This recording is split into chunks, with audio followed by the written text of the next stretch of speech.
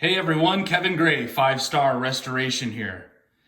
Some of you are probably wondering why I'm taking a picture of a toilet. Today I want to go ahead and introduce you to my little friend named John. John is one of the leading causes of water damage inside a home today. There are many things going on here. You have your toilet tank full of water and you have the supply line coming into the tank to provide it water. So what we want you to do regularly is check with the regular maintenance of your plumbing. Every single toilet has a supply line, and this supply line feeds water from the main plumbing system into the tank. You have a connection here at the wall and a connection at the tank. Either one of those two connections or the line itself could explode or fail at any time.